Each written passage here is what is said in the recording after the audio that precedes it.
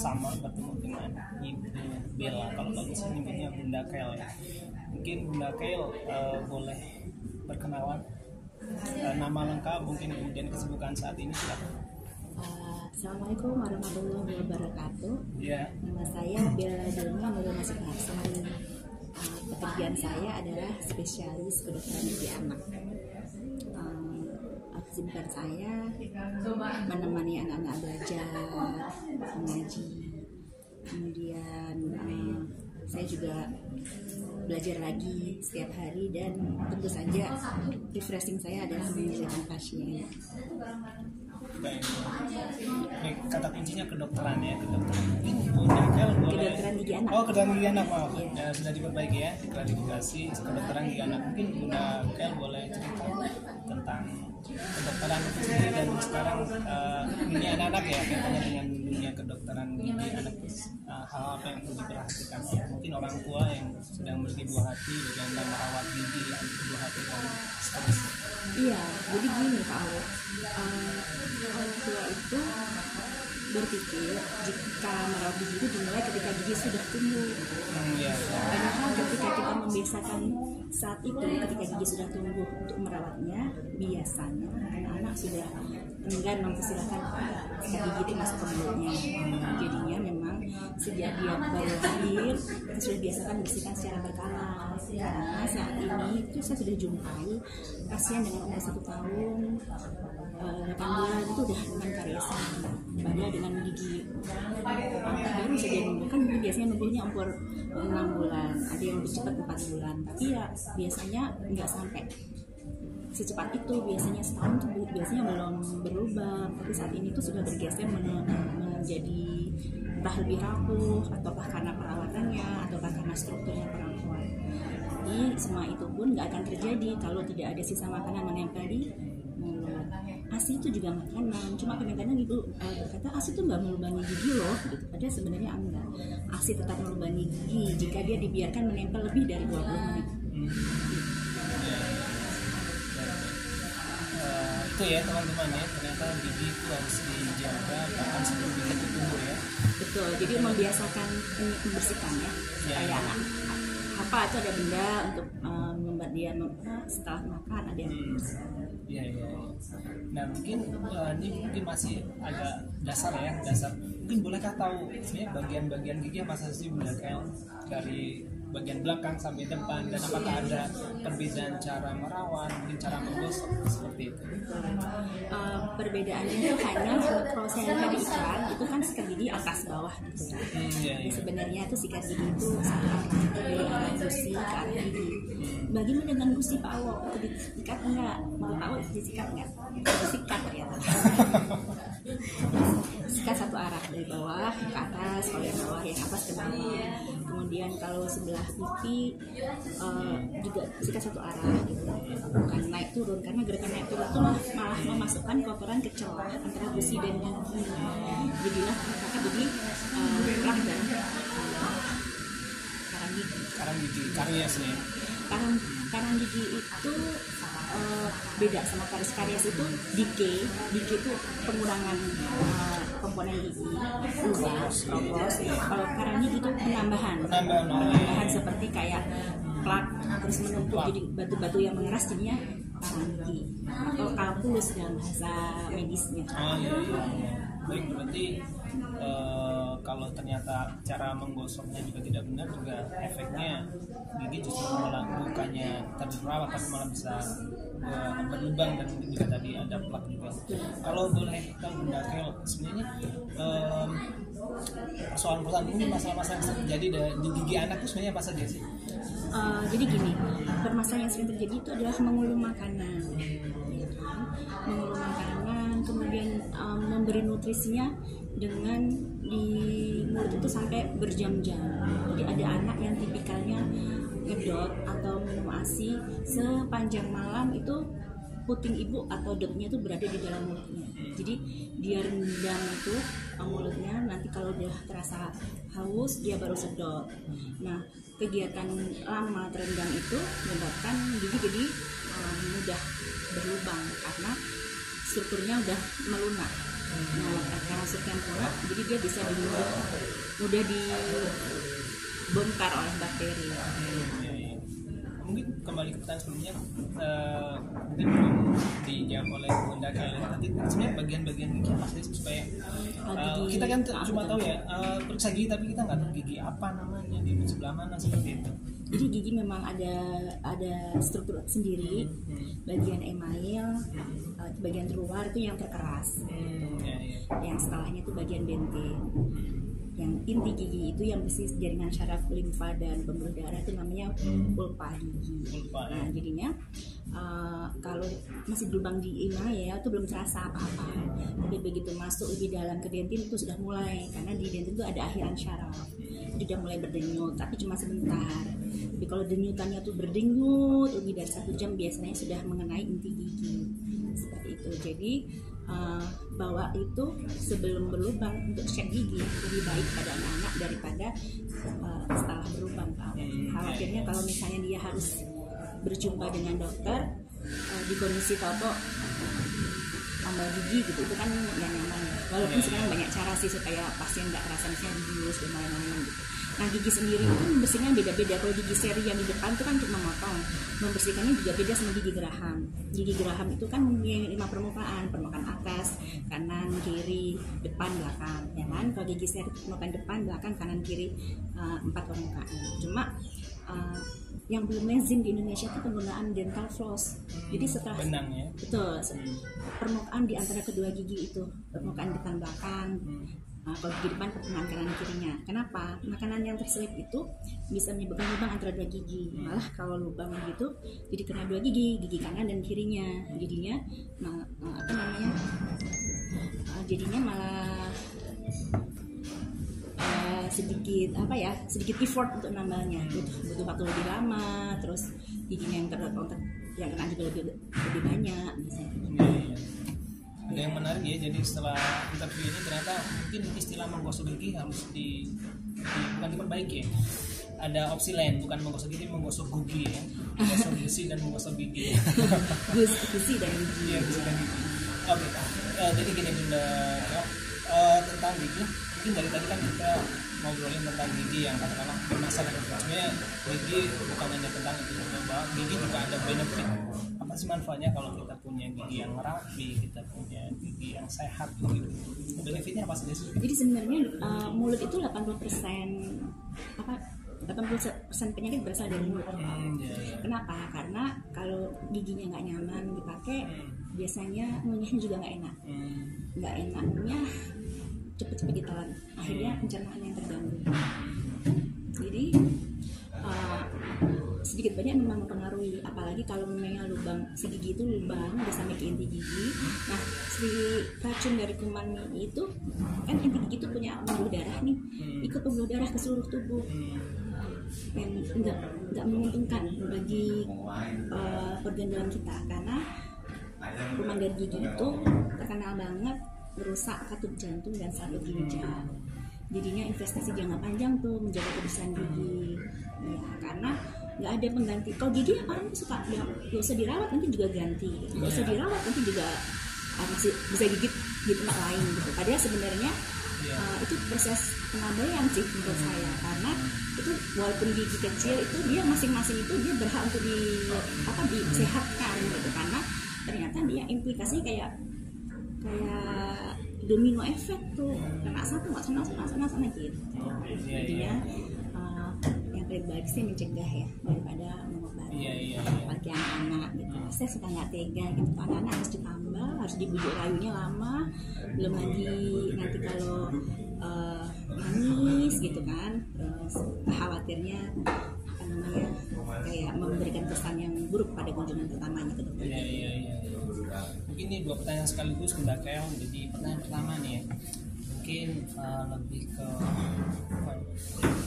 supaya nanti kalau kita memiliki 2 hati begitu, mereka memiliki gigi yang sehat, kira-kira bukan siklus ya, tahapan-tahapannya mungkin bagi yang belum berumah tangga nih, teman-teman yang belum berumah tangga, apakah ada hal yang perlu dijaga supaya nanti memiliki buah hati yang memiliki struktur gigi yang bagus. Kemudian ketika nanti sang buah hati mulai masuk 1 bulan, apa yang perlu dijaga, buah hati masuk 1 bulan, apa yang perlu dijaga, baik makanan, kebiasaan, dan lainnya. Mungkin itu pertanyaan pertama itu, jadi lebih ke usia sekian atau mungkin Jadi sebenarnya sejak kehamilan sih Pak. Ya, sejak kehamilan. Gigi susu itu di create 6 minggu intrauterine. Jadi 6 minggu usia kehamilan itu sudah mulai tercipta gigi. Nah tentu saja bahan utamanya gigi itu adalah kalsium, kalsium, fluor dan lain-lainnya. Hanya saja untuk kalsium sendiri, untuk penyerapannya itu memerlukan vitamin D. Sedangkan semua makanan yang kita konsumsi dalam bentuk di tubuh kita dalam bentuk provitamin D terserapnya. Nah, menjadi vitamin D jika kita cukup matahari, gitu, paparan sinar matahari. Atau kalau kita tidak cukup vitamin D, kita bisa periksa kita cukup nggak ya vitamin D kita. Kita bisa jadi ibu dengan cukup asupan vitamin D sehingga saya bisa menyerap kalsium yang saya konsumsi untuk saya bagi ke janin saya, misalnya seperti itu. Kita bisa cek kok kadar vitamin D3 dalam darah. Nah itu nanti kita bisa datang kayak ke lab gitu, nanti dicek, dia akan menunjukkan walaupun kita di Indonesia gitu angka minimal tuh 30, bisa loh 17, bisa loh 11, teman saya ada yang 0,5 gitu. Nah vitamin D ini sebenarnya selain untuk membantu penyerapan kalsium, dia juga mempertahankan tubuh kita tetap fit, imunitasnya terjaga. Walaupun imunitasnya terjaga, jadinya nggak mudah sakit. That's why untuk kekebalan kita perlu minum. Walaupun kalau berjemur tuh sebenarnya cukup 10 menit aja Pak Awang. Dari jam 11 sampai setiap jam 1. hari apakah? Kalau ada matahari. Jam 11 sampai jam 1 10 menit aja. Itu aja pakai sunblock ya. Tentunya ada proteksi untuk UV yang diperlukan. Gitu. Jadi itu sebelum kehamilan. Nah setelah kehamilan itu tadi selain memperbaiki asupan, nutrisi, itu terus juga meminimalkan toksitas makanan, yaitu jadi sering mengikat gigi. Yang menempel tadi. Kan ada dokter bilang ikat gigi 2 kali sehari, malam sebelum tidur sama pagi setelah sarapan. Tapi saya suggest kan pada pasien-pasien saya itu setelah selesai makan nggak apa-apa mengikat gigi. Yang nggak boleh sering-sering itu pasta giginya. Kalau gerakan gigi itu nggak apa-apa sesering mungkin. Itu asal gerakannya benar ya, gentle, bukan ditekan. Yang penting menghalau makanan itu supaya nggak menempel gitu. Plus tadi ya, dental floss paling enggak sekali aja sebelum tidur minimal. Itu kalau bisa lebih sering sih nggak apa-apa, asal nggak ditekan ke arah busing. Penggunaannya itu cuma digeser ke kanan ke kiri kayak gitu. Mungkin kalau untuk do's and don't-nya, mungkin hal yang baik yang perlu dilakukan, hal yang tidak menjaga supaya gigi tetap perawat, tantangannya apakah, atau mungkin makanan yang direkomendasikan supaya gigi kuat? Makanan tentu aja yang banyak kalsium. Lagi-lagi kalsium ya. Ya, terus sama bakteri baik ya. Bakteri baik. Seperti keju, terus yogurt itu bagus untuk gigi. Kemudian makanan-makanan ini itu makanan tidak disukai bakteri parasit. Nah, jadi misalnya anak kita suka makan permen itu disukai bakteri parasit.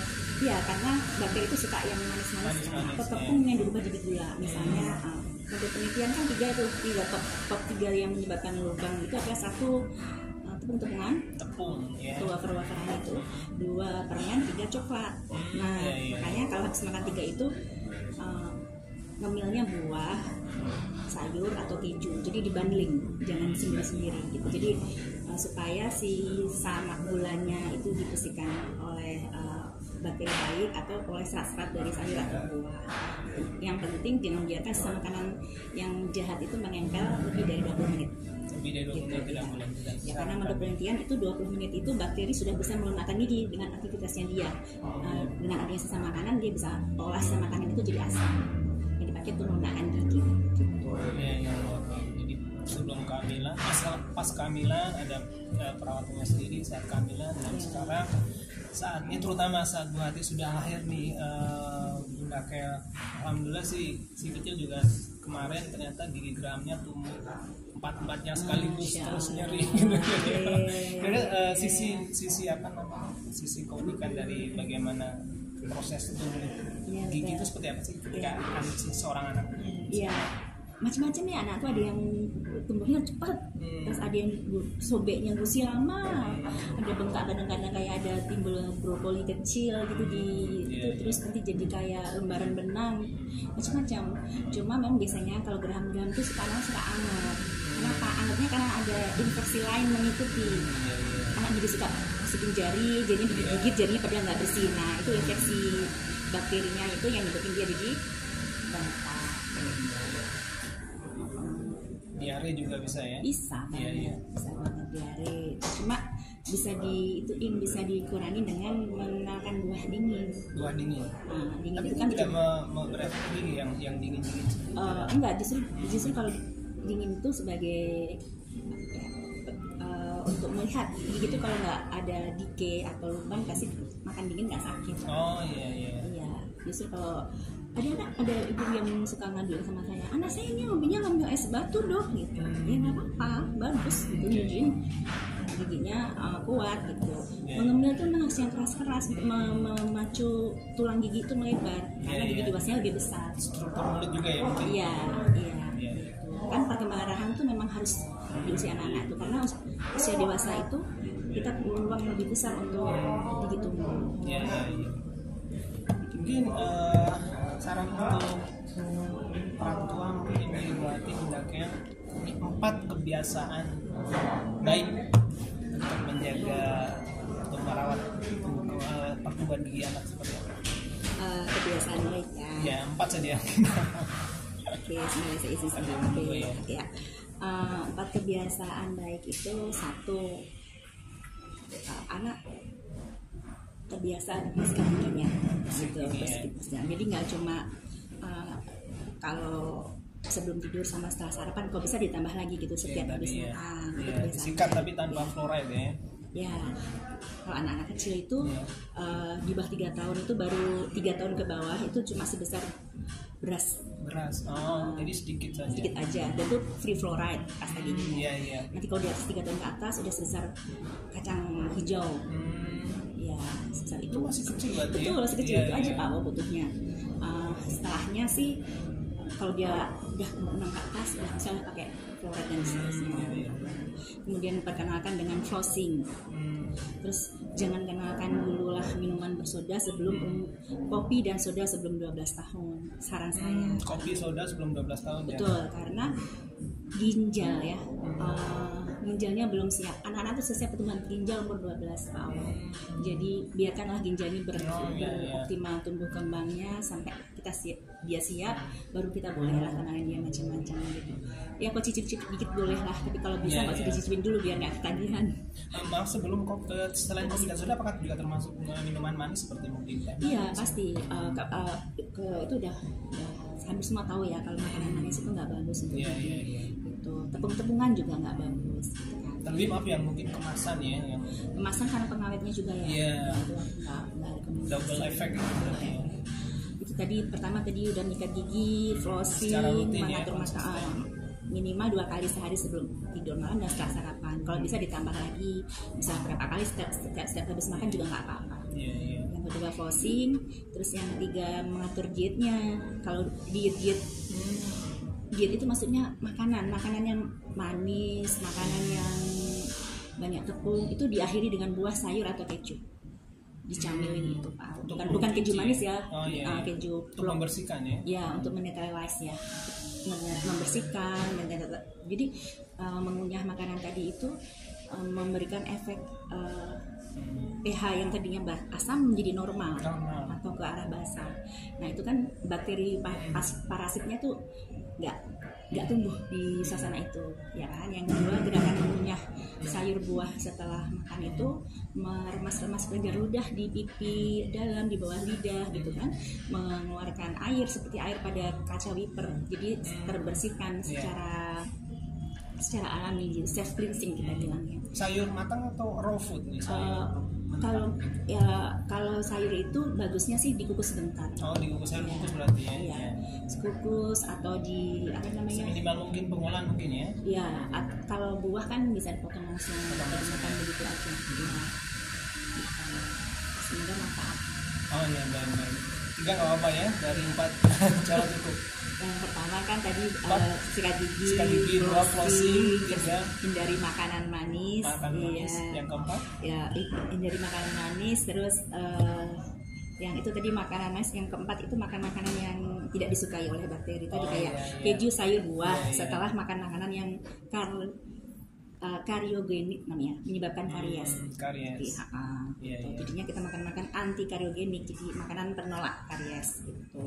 Jadi biar anak-anak itu terhindar dari lubang. Jadi tuh dokter gigi tuh bahagia banget, udah mau cek gigi gitu, kalau lihat hasilnya tuh nggak ada lubang satupun tuh rasanya tuh Masya Allah, alhamdulillah gitu.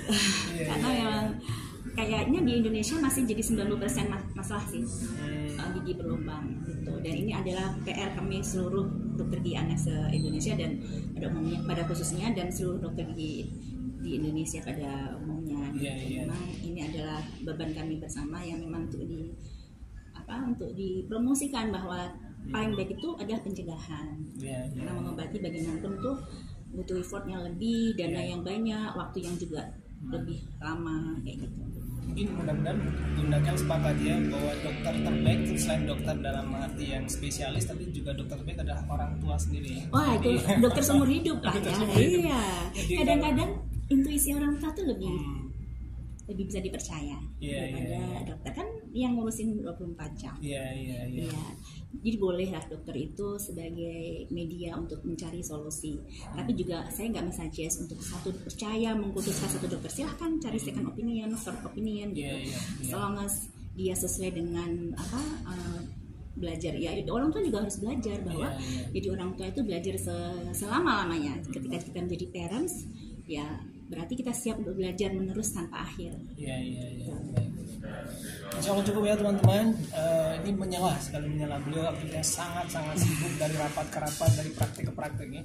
Mudah-mudahan obrolan hari ini bermanfaat untuk teman-teman, baik khususnya yang orang tua ya, memiliki dua hati. Semoga melalui peran kita sebagai orang tua bisa menjadikan buah hati kita menjadi lebih baik dari hari ini.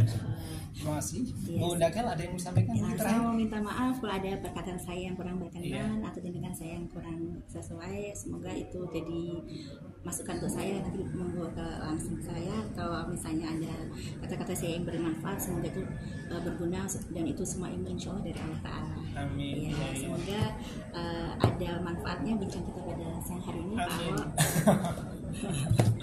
Baik, terima kasih Bunda Kel, semoga selalu sehat. Terima kasih teman-teman, kita bertemu lagi di lain kesempatan. See you next. Assalamualaikum warahmatullahi wabarakatuh. Waalaikumsalam warahmatullahi wabarakatuh.